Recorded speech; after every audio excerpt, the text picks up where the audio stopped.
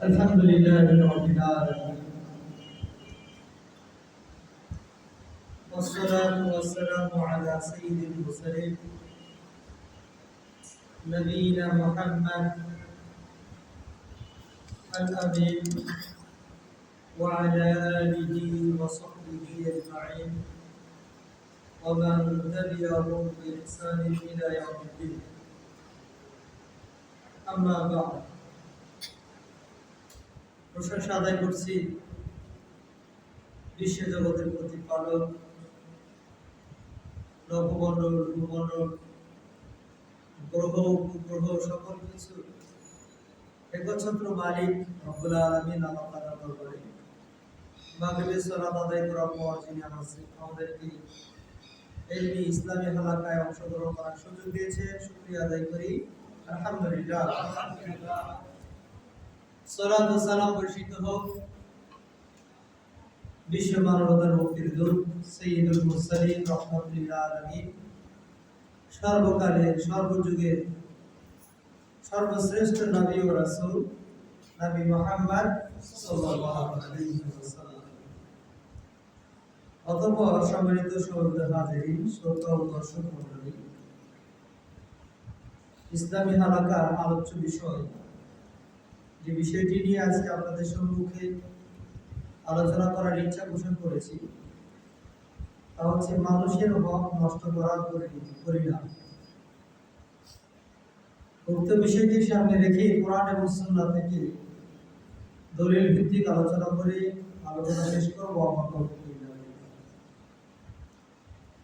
পৃথিবীতে আল্লাহ তাআলা আমাদেরকে যেমন ইবাদতের জন্য পাঠিয়েছে, আল্লাহর হক আদায়ের জন্য পাঠিয়েছে, ঠিক একইভাবে সৃষ্টিকুল যে রয়েছে তাদেরও হক আমানত এবং তাদের প্রাপ্য যথাসময়ে বুঝিয়ে দেওয়া, এটার প্রতিও বেশ গুরুত্ব প্রদান করেছে। মানুষের হক বলতে শুধুমাত্র জমি জমা বিষয় এমনটি না। মানুষের হক হতে পারে আপনার পিতামাতার হক, হতে পারে আপনার স্ত্রীর হক, হতে পারে সন্তান প্রতিপালক, সন্তানকে জন্ম দিয়েছে তাকে ইসলামের শিক্ষায় শিক্ষিত করা, এটা তার হক। তাকে সুস্বাস্থ্য রাখা, মানসিক টেনশন থেকে মুক্ত রাখা, এটা তার হক। ঠিক একইভাবে আপনার অধীনে তত্ত্বাবধানে যে সকল কর্মচারী রয়েছে তাদের শারীরিক নিরাপত্তা প্রদান করা, এটা তাদের হক। আপনার অধীনে যারা চাকরি করছে, কর্মরত রয়েছে, যথাসময়ে তাদেরকে পারিশ্রমিক বুঝিয়ে দেওয়া, এটা একটা হক। ঠিক একইভাবে প্রত্যেকটি মুসলমানের সম্মান মর্যাদা রক্ষা করা, এটা একটা হক। অনেক সময় শুধুমাত্র আমরা মনে করে থাকি মানুষের অধিকার বলতে, হক বলতে অর্থনৈতিক হকটাকে বুঝে থাকি। মানুষের অর্থনৈতিক হকের চাইতে বেশি গুরুত্বপূর্ণ হচ্ছে তার শারীরিক এবং মানসিক হকটা রক্ষা করা। এই জন্য দেখবেন আল্লাহ রাসূল সাল্লাল্লাহু আলাইহি ওয়াসাল্লাম পাঁচ ওয়াক্ত সালাতে রবের কাছে দোয়া করতেন, আল্লাহুম্মা ইন্নী যালামতু নাফসি, ইয়া আল্লাহ আমি আমার উপর জুলুম করেছি। কিভাবে? হয়তো শিরকের মাধ্যমে, অথবা কোনো ভাইয়ের প্রতি জুলুম করার মাধ্যমে, অথবা কারো সম্মান নষ্ট করার মাধ্যমে। তো কেউ যদি মানুষের সম্মান, অর্থনৈতিক, শারীরিক, মানসিক হক নষ্ট করে, তার জন্য পরকালে কি ধরনের বিপদ বা দুনিয়াতে তার জন্য কি ধরনের বিপদ রয়েছে সে সম্পর্কে জানবেন। আপনি দেখবেন অনেক মানুষ অঢেল সম্পদের মালিক, অনেক সম্পদের মালিক,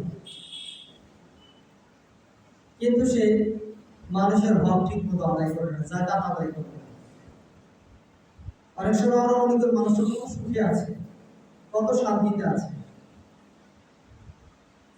আসলে মূলত টাকা বেশি থাকা, ধন সম্পদ বেশি থাকা, এটা নাম সুখ নয়।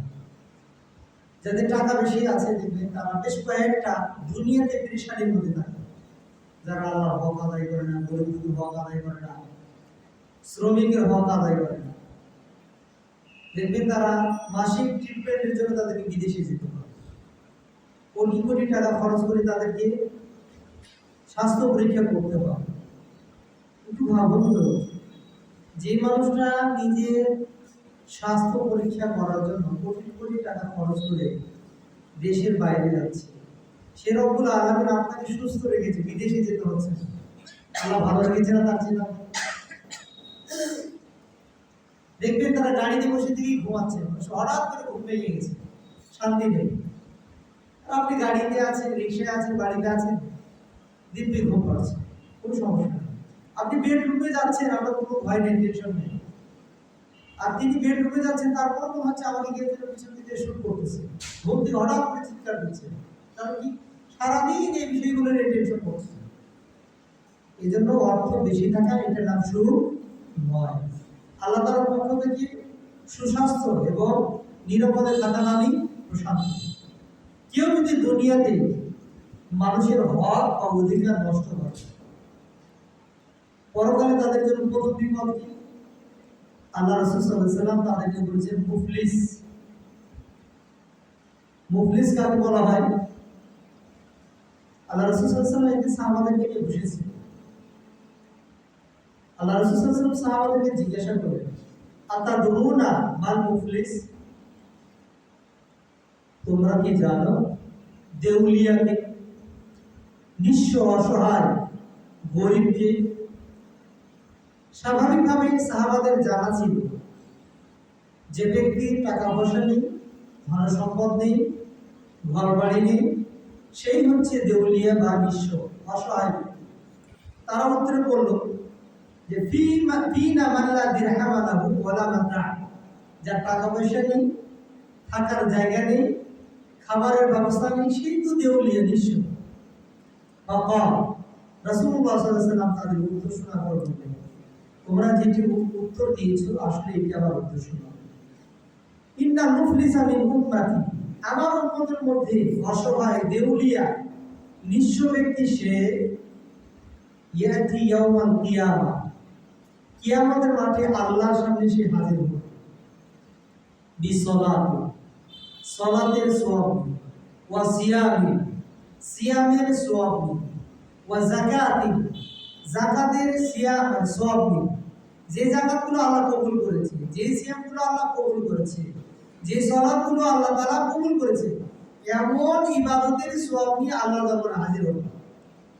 ওয়া বিপদ শাতামা হাদা, এমন অবস্থায় আল্লাহর সামনে সে হাজির হবে, সে দুনিয়াতে কাউকে গালি দিয়েছে, অকদাফা হাদা, কাউকে অপবাদ দিয়েছে, ওয়া কানা মাল হাদা, কারো সম্পদ অন্যায়ভাবে ভক্ষণ করেছে, ওয়াসাফাকা দামা হাদা, অথবা কারো রক্ত প্রবাহিত করেছে, কাউকে আঘাত করেছে, কাউকে থাপ্পড় মেরেছে। আল্লাহ রাসূল সাল্লাল্লাহু আলাইহি ওয়াসাল্লাম বলেন, ফায়ুতা হাদা মিন হাসানাতিহি, এই ব্যক্তি কবুলকৃত ইবাদতের সওয়াব যেগুলো ছিল, সালাত, সিয়াম, যাকাত, এই সওয়াবগুলো কেটে মাজলুম যে ব্যক্তি যার হক নষ্ট করেছে, পৃথিবীতে যার হক নষ্ট করেছে তার আমলনামায় লিখিত হবে। দেখা যাবে এমন কিছু পাওনাদার মাজলুম ব্যক্তি তার পিছনে সিরিয়ালে দাঁড়িয়ে রয়েছে, কিন্তু জালেম যে ব্যক্তি গালি দিয়েছে, যে ব্যক্তি কাউকে প্রহার করেছে, অন্যায়ভাবে মাল সম্পদ ভক্ষণ করেছে, তার কোনো আর সওয়াব নেই। ফেরেশতারা বলবেন, ইয়া আল্লাহ, এর তো আর কোনো সওয়াব নেই, কি আর দিব? কোনো সমস্যা নেই। যারা মাজলুম, যাদের হক নষ্ট করেছিল সেই দুনিয়াতে, দেখো তাদের গুনাহ আছে কিনা, তাদের যদি গুনাহ থাকে গুনাহগুলো কেটে এর আমলনামায় দিয়ে দাও। আল্লাহ রাসূল সাল্লাল্লাহু আলাইহি ওয়াসাল্লাম বলেছেন যে ক্বাবলা আইয়ুবদা মা আলাইহি উফিদা মিন খাতায়াহু ফাতুরিহাত আলাইহি, পাপগুলো তার উপর চাপিয়ে দেওয়া হবে।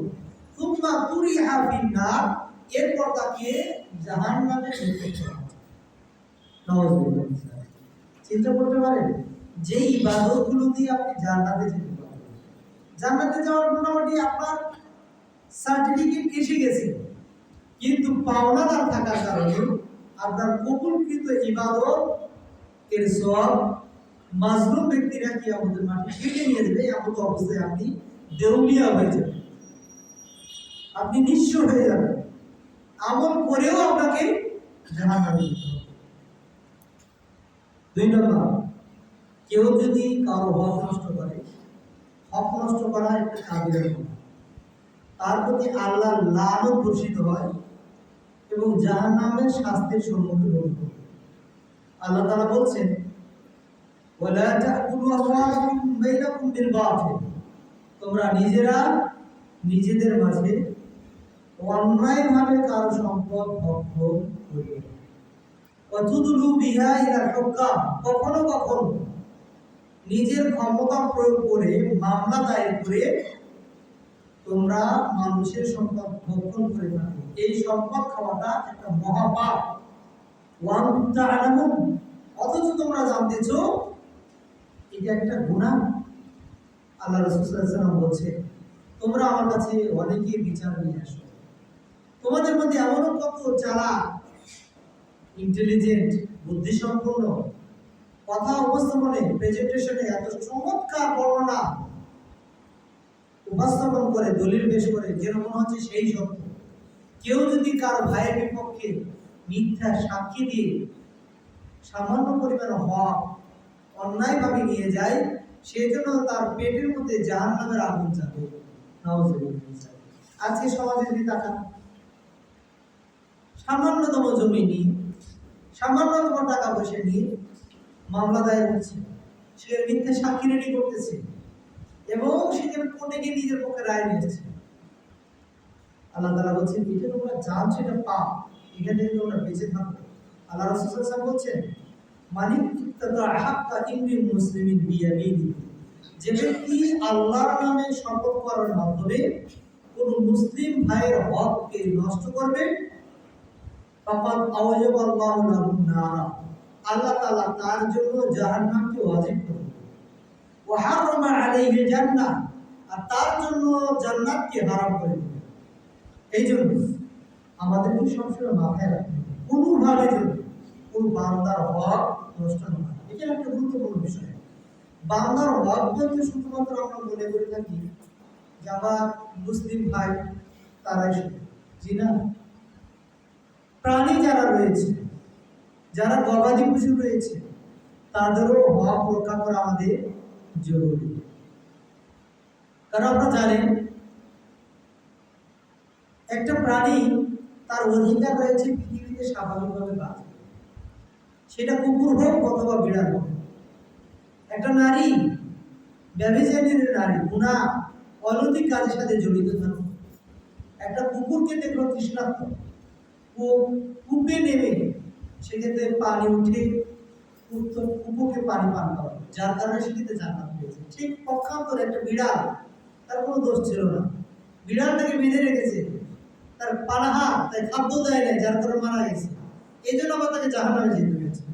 এই জন্য অধিকার বলতে শুধুমাত্র যে মানুষের অধিকার, বিষয়টি কিন্তু এমন না, প্রাণী যারা গবাদি পশু রয়েছে তাদের হকও রক্ষা করতে হবে।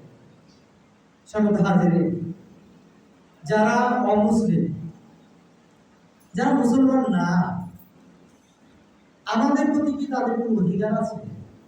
আমরা যদি তাদের অধিকার রক্ষা না করি, আমাদের প্রতি পরকালে জবাবদিহি করতে হবে। জি, কেউ যদি অমুসলিম হয়, তারও কিন্তু আপনার প্রতি একটা হক রয়েছে।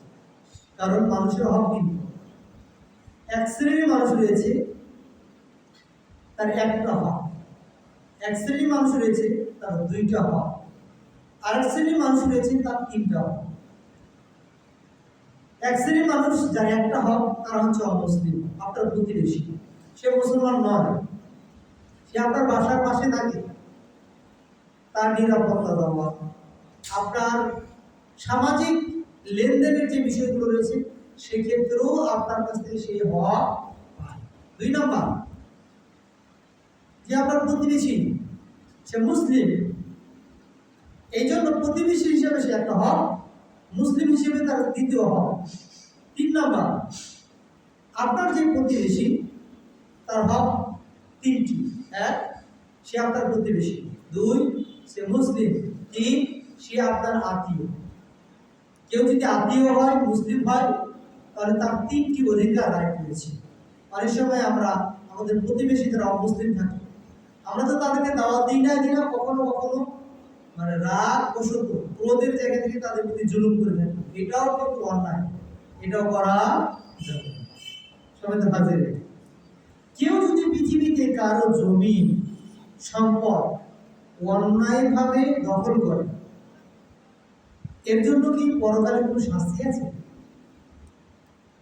সাঈদ ইবনে যায়েদ থেকে বর্ণিত, তিনি বলছেন, সামি'তু রাসূলুল্লাহ সাল্লাল্লাহু আলাইহি সাল্লাম মান যালামা মিনাল আরদি শাইআ, যে ব্যক্তি পৃথিবীতে অন্যায়ভাবে কারো বিন্দু পরিমাণ সম্পদ, জমি ইত্যাদি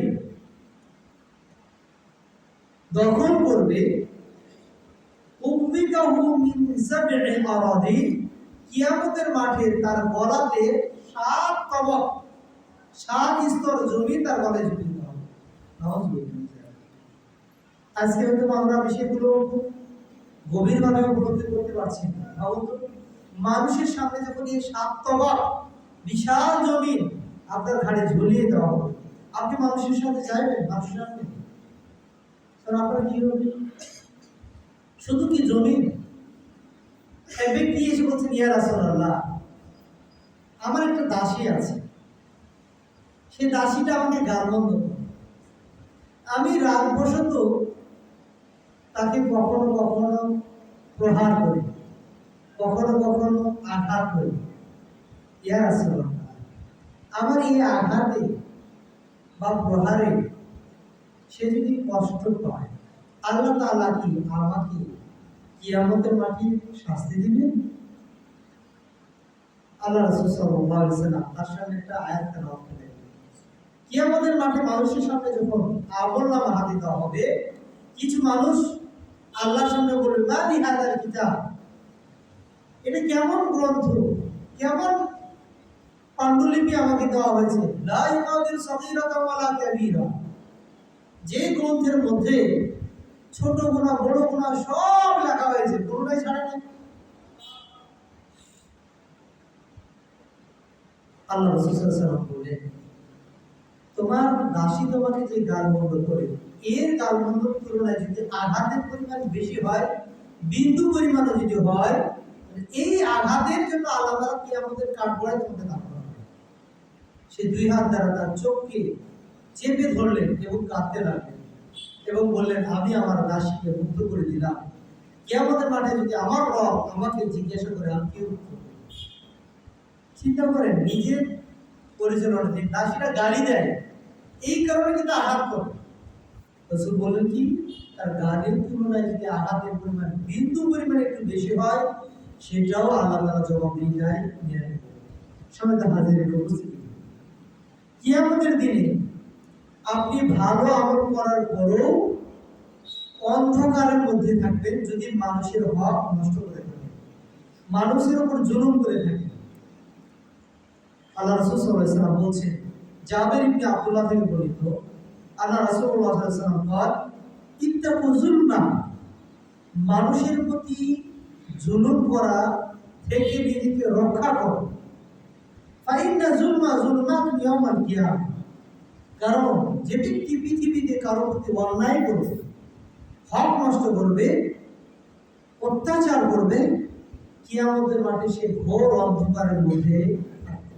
কিছু কিছু মানুষ তারা রাস্তা বুঝতে পারবে না, সামান্য মুমিনদের আলো দেখে পথ চলার জন্য চেষ্টা করবে, ওই মানুষদের কাতারে আপনিও পড়ে যাবেন যদি মানুষদের প্রতি আপনি জুলুম করে থাকেন, কারো হক নষ্ট করে থাকেন। আমরা হক বলতে শুধু এতক্ষণ মানুষের হকই বুঝতেছি। মানুষের হক বলতে আমরা সবচেয়ে বুঝবো পিতামাতার হক, আত্মীয় স্বজনের হক। আজকে বর্তমান সমাজগুলোতে এমন একটা অবস্থা এসেছে, আত্মীয় স্বজনের খোঁজ খবর রাখা, পিতামাতার খোঁজ খবর রাখা, এটা অনেকটাই গ্যাপ তৈরি হয়ে গেছে। অথচ রাসূল সাল্লাল্লাহু আলাইহি ওয়াসাল্লাম যখন মক্কা থেকে হিজরত করে মদিনাতে আসেন, সর্বপ্রথম যে তিনটা কাজ করেছিলেন তার একটি ছিল আল উখুওয়া আল ঈমানিয়া, ইসলামী ভ্রাতৃত্ব। ইসলামী ভ্রাতৃত্ব। আজকে সমাজ ব্যবস্থাগুলি এমন হয়েছে, আমরা আরো 10 বছর 20 বছর ব্যাকে যদি যাই, যৌথ ফ্যামিলি বা পরিবার ছিল।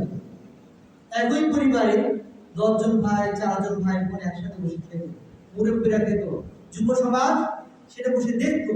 অনেক ডিসকাশন হলে, মুরব্বীরা কথা বললে যুবকরা ঠান্ডা মাথায় শুনতো, সে অনুযায়ী অভিজ্ঞতা তারা নিত। এক সময় গিয়ে সমাজে তারা লিডার হতো। আর আজকাল বিয়ে করার সাথে সাথে সন্তানের ঘর আলাদা, ছেলেগুলোর ঘর আলাদা, ভাইয়ের সাথে ভাইয়ের সম্পর্ক নেই, ফ্ল্যাট ভাগ হয়ে যাচ্ছে।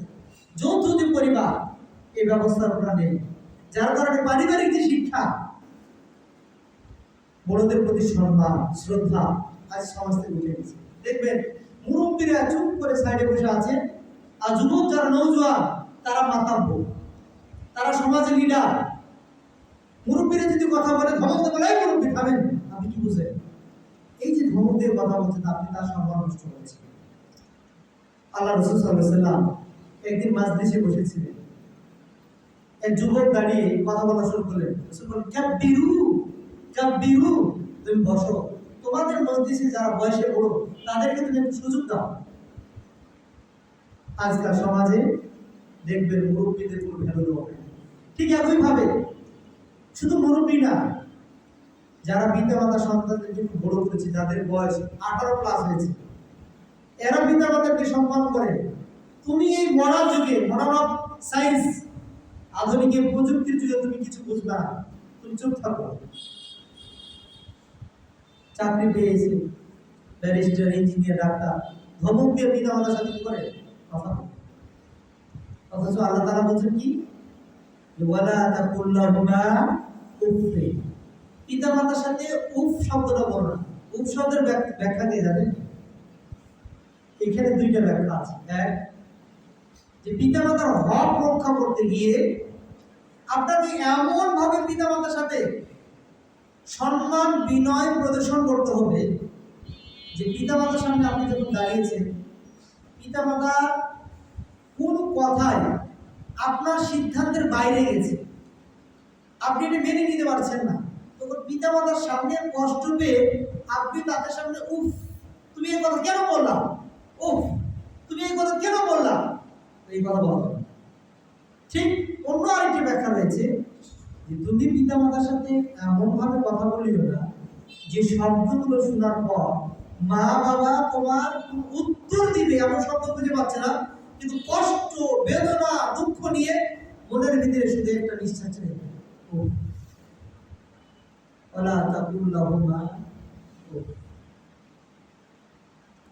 যেখানে মানে এই শব্দটা যেন তাদের মুখ উচ্চারিত না হয়, এমন ভাবে তাদের সাথে সম্মান, বিনয়, আদর্শ, উত্তম চরিত্র প্রকাশের জন্য আল্লাহ নির্দেশ দিয়েছে।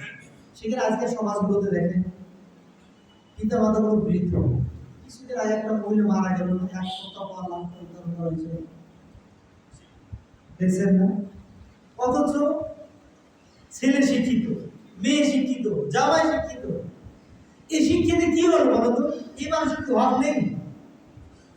অথচ আল্লাহ রাসূল সাল্লাল্লাহু আলাইহি ওয়াসাল্লাম বলছেন যে ইন্নাল্লাহা, নিশ্চয়ই আল্লাহ তাআলা, ইয়ানসুরুকুম আও ইয়ারযুকুকুম, আল্লাহ তাআলা তোমাদেরকে সাহায্য করেন, রিজিক করেন, বিদুআফা, তোমার পরিবারে যারা দুর্বল হয়েছে। দুর্বল কারা? যারা আত্মা, চিলড্রেন, শিশু, অথবা যারা মুরব্বী রয়েছে, চলাফেরা করতে পারে না, এদের দিকে তাকিয়ে আল্লাহ তাআলা তোমার রিজিকে বারাকা দেন। আপনি আপনার বরকতটাকে নষ্ট করে দিয়েছেন। মুরব্বীদের সম্মান কি বলবো, করুন একটা কাহিনী, একটা পোস্ট করেছিলাম। ছেলে অনেক বড় হয়েছে, বাবা তাকে ইঞ্জিনিয়ার বানিয়েছে।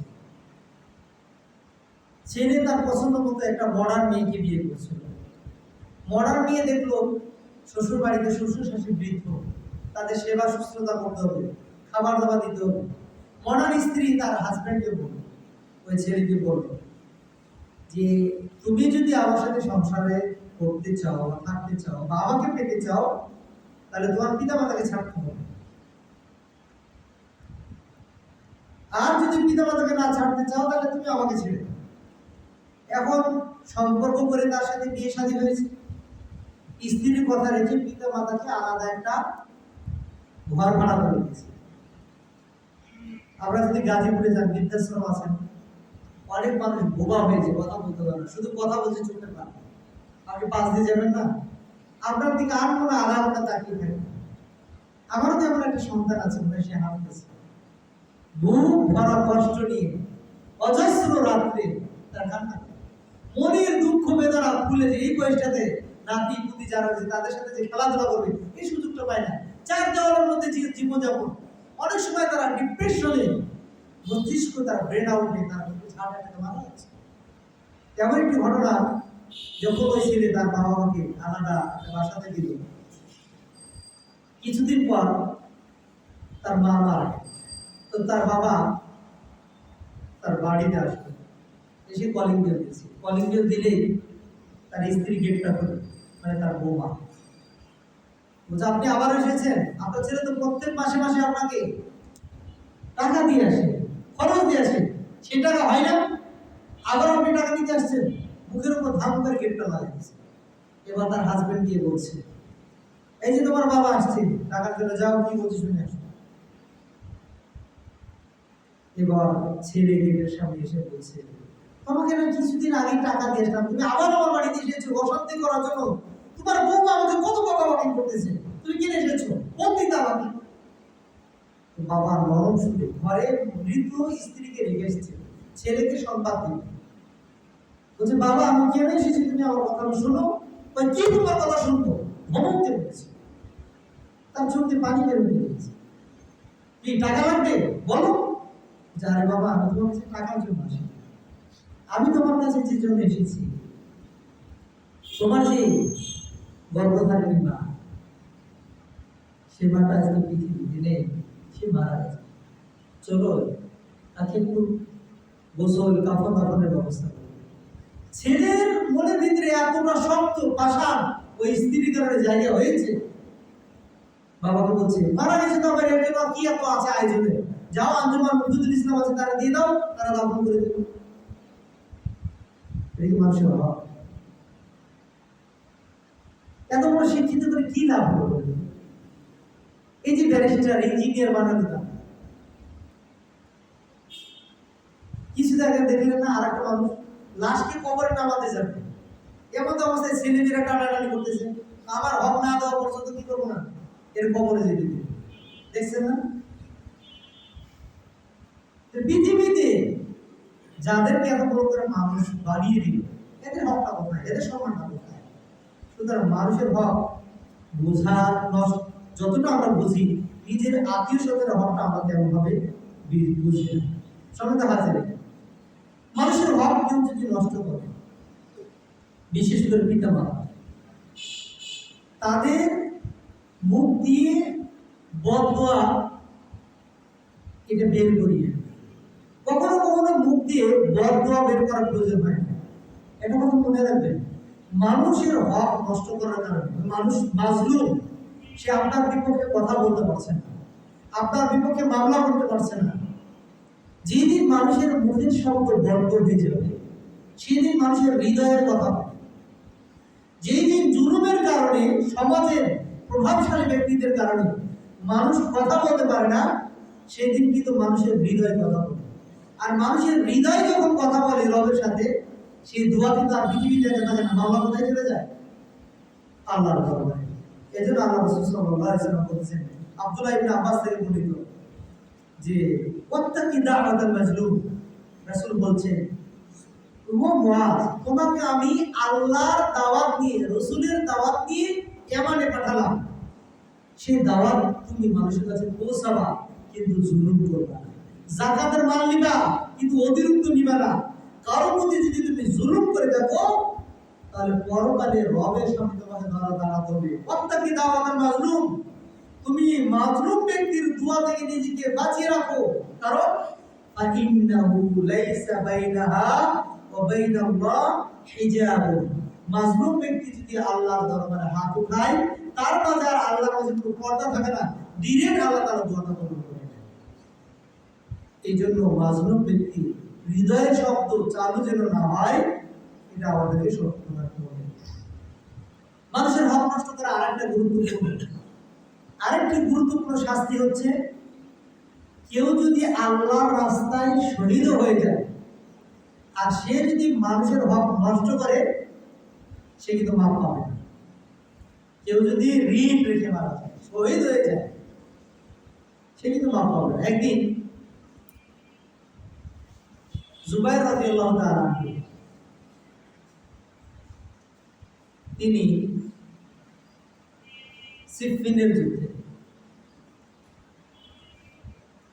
দাঁড়িয়ে আছেন, তার ছেলেকে বলে, ও আব্দুল্লাহ এদিকে আসো। আমার মনে হচ্ছে আজকে এই যুদ্ধের ময়দানে মাজলুম হয়ে মারা যাবে, আমার মধ্যে কেউ জুলুম করবে। আমি যদি মারা যাই, তুমি বাড়িতে গিয়ে আমার যতগুলো টাকা পয়সা আছে এই সব টাকা পয়সা তাকে ঋণ পরিশোধ করবে। কারণ আমি রাসূলের কি বলতে শুনেছি, যে ব্যক্তি আল্লাহর রাস্তায় শহীদ হয় সে ব্যক্তির সকল গুনাহ খাতা মাফ করে দেওয়া হয়, কিন্তু ঋণের গুনাহ মাফ করা হয় না। ইউগফারু লিশাহীদি কুল্লু যামবিন ইল্লা দাইন, শহীদের প্রতিটি গুনাহ আল্লাহ ক্ষমা করে দেন, কিন্তু ঋণের গুনাহ ক্ষমা করেন না। আজকাল সমাজে দেখবেন সবচেয়ে বড় যে বিষয়টা আমরা আজকে আমাদের দুর্বলতার জায়গা বলি, আপনি যদি কাউকে ঋণ দেন, ঋণ দেওয়ার আগ পর্যন্ত তার সাথে আপনার সম্পর্ক ভালো থাকে। যখনই আপনি তার কাছ থেকে ঋণটা ফেরত চাইবেন, সেদিন থেকে আপনার সাথে সম্পর্ক ছিল।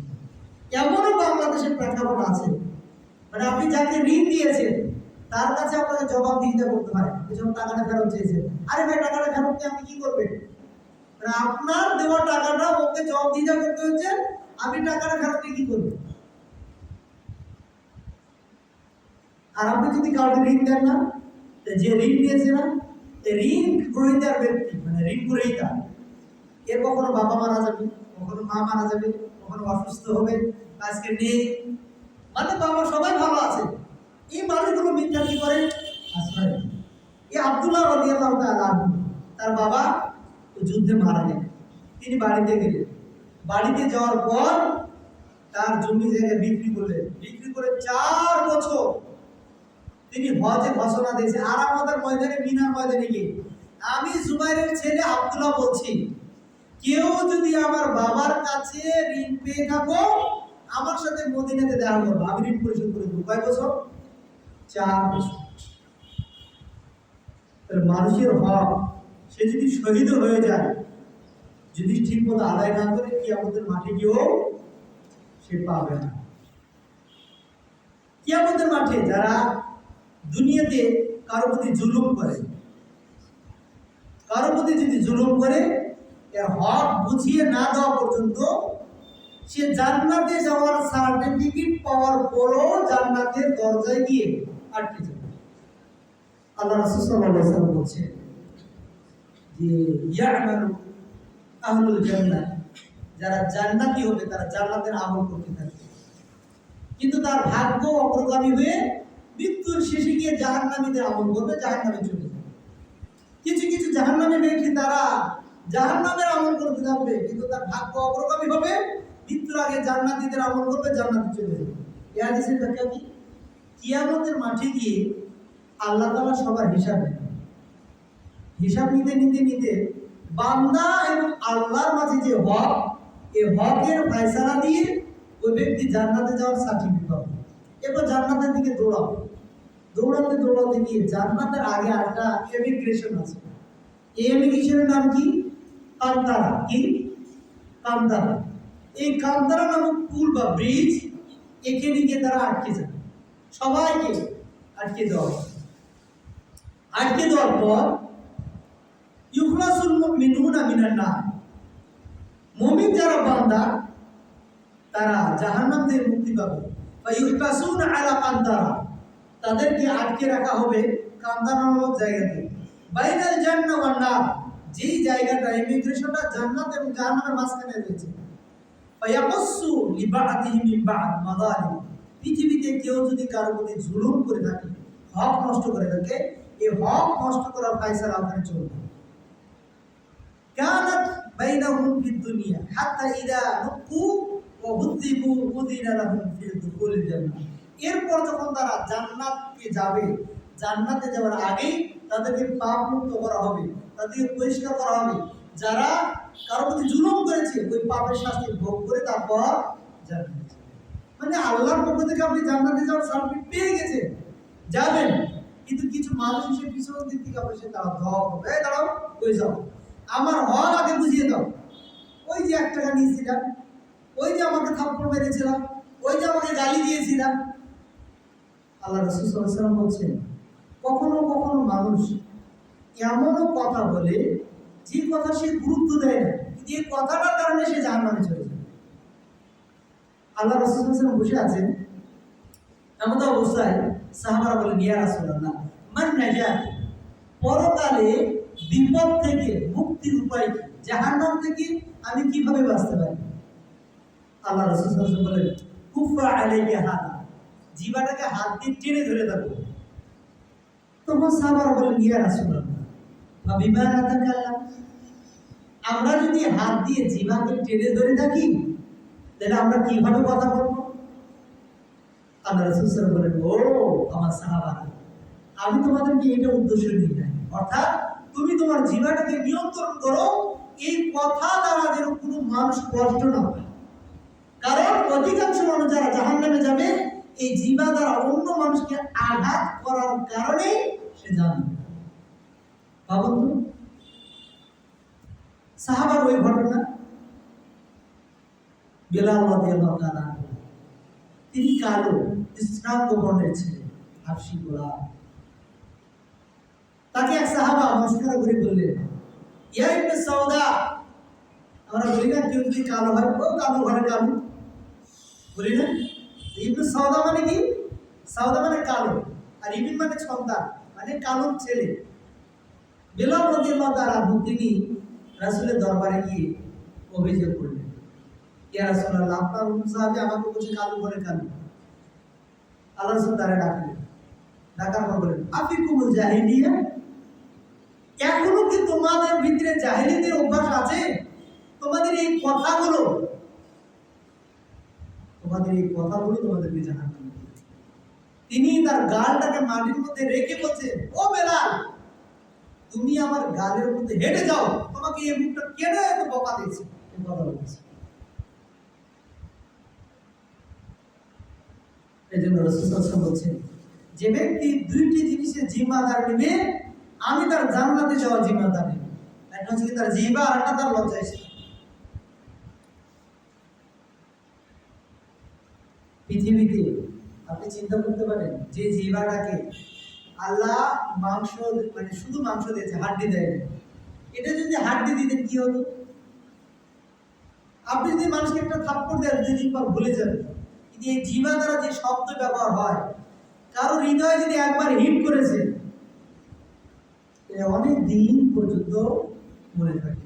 এই যে মানুষকে কথা বলার সময় অবশ্যই নরম এবং কোমল আচরণ হতে হবে। আল্লাহ রাসূল সাল্লাল্লাহু আলাইহি ওয়াসাল্লাম তিনি একটি রাস্তা দিয়ে যাচ্ছেন,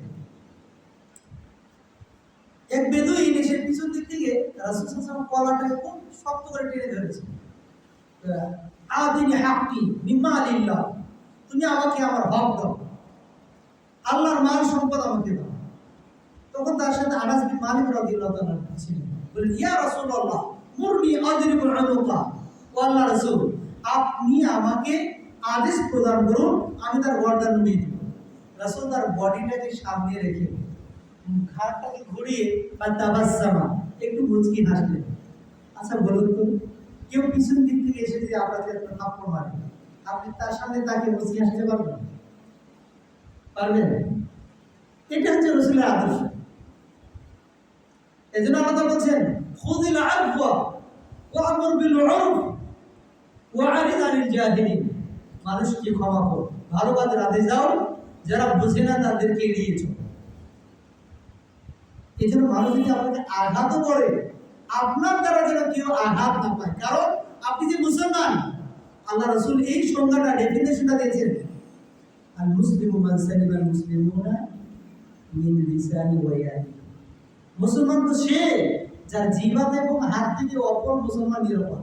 আপনি বলুন তো, কোন মানুষটা আপনার ব্যাপারে সার্টিফাই করবে যে আমি তার ব্যবহারে কোনোদিন কষ্ট পাইনি, তার হাত দ্বারা কষ্ট পাইনি? বিশেষ করে প্রতিবেশী, বিশেষ করে আপনার পরিবার, তারা যদি আপনার ব্যাপারে সার্টিফাই করে যে আমার স্বামী ভালো, আমার বাবা ভালো, আমার ভাই ভালো, কোনো ক্ষোভ নেই, তাহলে আপনি আল্লাহর কাছে ভালো।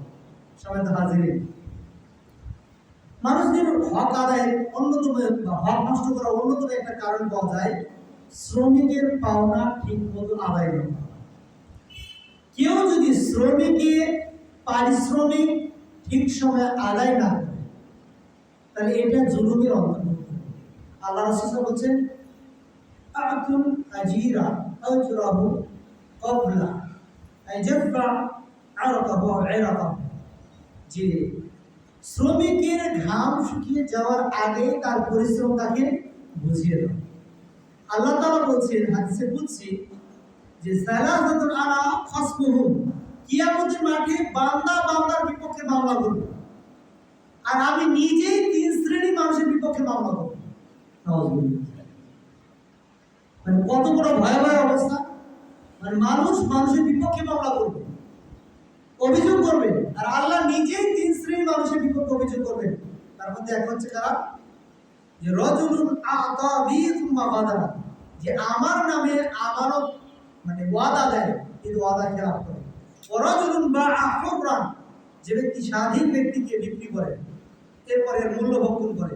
ওয়ারাজুলুন ইস্তাজারা আজিরান, কেউ কোনো শ্রমিক নিয়োগ দিল কাজ করার জন্য, তাকে ঘন্টা ভিত্তিক চুক্তি করলো, ফাস্তাউফা বিনহু, তার কাছ থেকে ঠিক মতো সব কাজ বুঝিয়ে নিল, আদায় করলো। ওয়ালাম ইউতি আজরাহু, কিন্তু তার বেতন ঠিক মতো পরিশোধ। যারা দুনিয়াতে এই শ্রমিকের বিন্দু পরিমাণ হক নষ্ট করেছে, আল্লাহ তাআলা তাদের বিপক্ষে নিজে মানবে। এই জন্য আল্লাহ তাআলা কোরআনে বলেছেন, ওয়াইলুল লিল মুতাফফিফিন, যারা ওজনে কম দেয়, শুধু ওজন না, বেতনে যারা কম দেয়। আপনি নিয়োগ দিয়েছেন এততে, কিন্তু তাকে দিচ্ছেন না। আপনি চুক্তি দিয়েছেন 8 ঘন্টা, কাজ করে নিচ্ছে 10 ঘন্টা, কিন্তু 8 ঘন্টা বেতন দিচ্ছেন, এটাও জুলুমের অন্তর্ভুক্ত হবে। সবাই তো হাজির। কেউ যদি বান্দার হক নষ্ট করে, মানুষের হক নষ্ট করে, এই মানুষের হক নষ্ট করার কারণে আপনার আমল কবুল আটকে যাবে। একটা জায়গাতে গিয়ে আটকে যাবে, আল্লাহ কবুল করবে না। আবু হুরায়রা রাদিয়াল্লাহু তাআলা বলেন, তিনি বলছেন, আমরা জানি রাসূল সাল্লাল্লাহু আলাইহি ওয়াসাল্লাম বলেছেন 3 ব্যক্তির দোয়া আল্লাহ তাআলা কবুল করে নেন, তাই না? একটা হচ্ছে কি অসুস্থ ব্যক্তি, 2 মুসাফির ব্যক্তি, 3 পিতামাতা। এই 3 শ্রেণীর মানুষ যদি আল্লাহর কাছে দোয়া করে, আল্লাহ তাআলা দোয়া কবুল করে নেন। আবার একই অন্য হাদিসে আল্লাহ রাসূল বলছেন, এই মুসাফির ব্যক্তির দোয়া কবুল হবে না। রাসূল বলছেন, তুম্মা যাকারা রাজুলা ইদিলু সাফার, একজন ব্যক্তির কথা রাসূল আলোচনা করলেন যে দীর্ঘ পথ চলেছে, আশআদা, যার চুলগুলো এলোমেলো হয়েছে, আকবারা, তার পা ধুলায় ধূসরিত হয়েছে, ইয়ামুদ্দু ইয়াদাইহি ইলা সামা, ক্লান্ত হয়ে রবের দিকে আকাশে হাত উঠিয়ে বলছে, ইয়া রব, ইয়া রব, ইয়া রব, ও আমার রব, আমি আজ বিপদে আছি, আমার টাকা অভাব, আমি অসুস্থ। বিভিন্ন দাবি, বিভিন্ন দোয়া, বিভিন্ন আবেদন আল্লাহর কাছে করছে। আল্লাহ তাআলা বলছেন, ওয়া মাতআমু হারাম, সে যখন আমার দিকে 2 হাত উঠিয়েছে, তার খাবার হারাম। ওয়া মাশরাবু হারাম, তার পানি হারাম। ওয়া মালবাসু হারাম, তার পোশাকটা হারাম। ওয়া গুযিয়া বিল হারাম, তার দেহের ভিতরে যে রক্ত মাংসগুলো হয়েছে হারাম দ্বারা তৈরি হয়েছে। ফাআন্না ইউস্তাজাবু লিযালিক, এরপরও কি তার দোয়া কবুল করা হবে? তার মানে আপনি যদি কারো প্রতি জুলুম করে থাকেন, অন্যায়ভাবে কারো সম্পদ ভক্ষণ করে থাকেন, তার প্রতি আঘাত করে থাকেন, আপনার ইবাদত কবুল হবে না। আরেকটি গুরুত্বপূর্ণ অপরাধ মানুষের হক নষ্ট করা, সেটা হচ্ছে আত্মীয়তা সম্পর্ক ছিন্ন করা। আজকে বর্তমান সোসাইটিতে আত্মীয়তার যে সকল হক রয়েছে তার মধ্যে এক হচ্ছে তাদের সাথে ফোনে কমপ্লিট কমিউনিকেশন করা। মানে আত্মীয়তার হক হচ্ছে তার বাড়িতে গিয়ে টাকা দিয়ে এসে তার সাথে সম্পর্ক রাখতে হবে, তার বাসায় খাবার পৌঁছে দিয়ে সম্পর্ক ঠিক রাখতে হবে। এটাও যদি না হয় কমপক্ষে একবার ফোন দিয়ে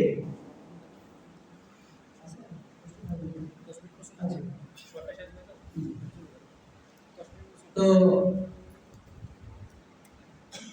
আমরা বলছিলাম কমপক্ষে আত্মীয় স্বজনের বাড়িতে একবার ফোন দিয়েও খবর না তুমি কেমন আছো এটা তাদের হক, এটা তাদের অধিকার। আল্লাহ রাসূল সাল্লাল্লাহু আলাইহি ওয়াসাল্লাম বলছেন যে লা ইয়াদখুলুল জান্নাতা কাতিউর রাহিম, যারা আত্মীয় স্বজনের খোঁজ খবর নেয় না, তাদের হক আদায় করে না, এই ব্যক্তিরা কিন্তু জান্নাতে যেতে পারবে না। আজকে আত্মীয় স্বজনের মাঝে বড় সম্পর্ক হচ্ছে, নষ্ট হচ্ছে, বিশেষ করে ভাই বোন মা বাবা মারা গেলে এই জমি জমা ভাগ নিয়ে সবচেয়ে বেশি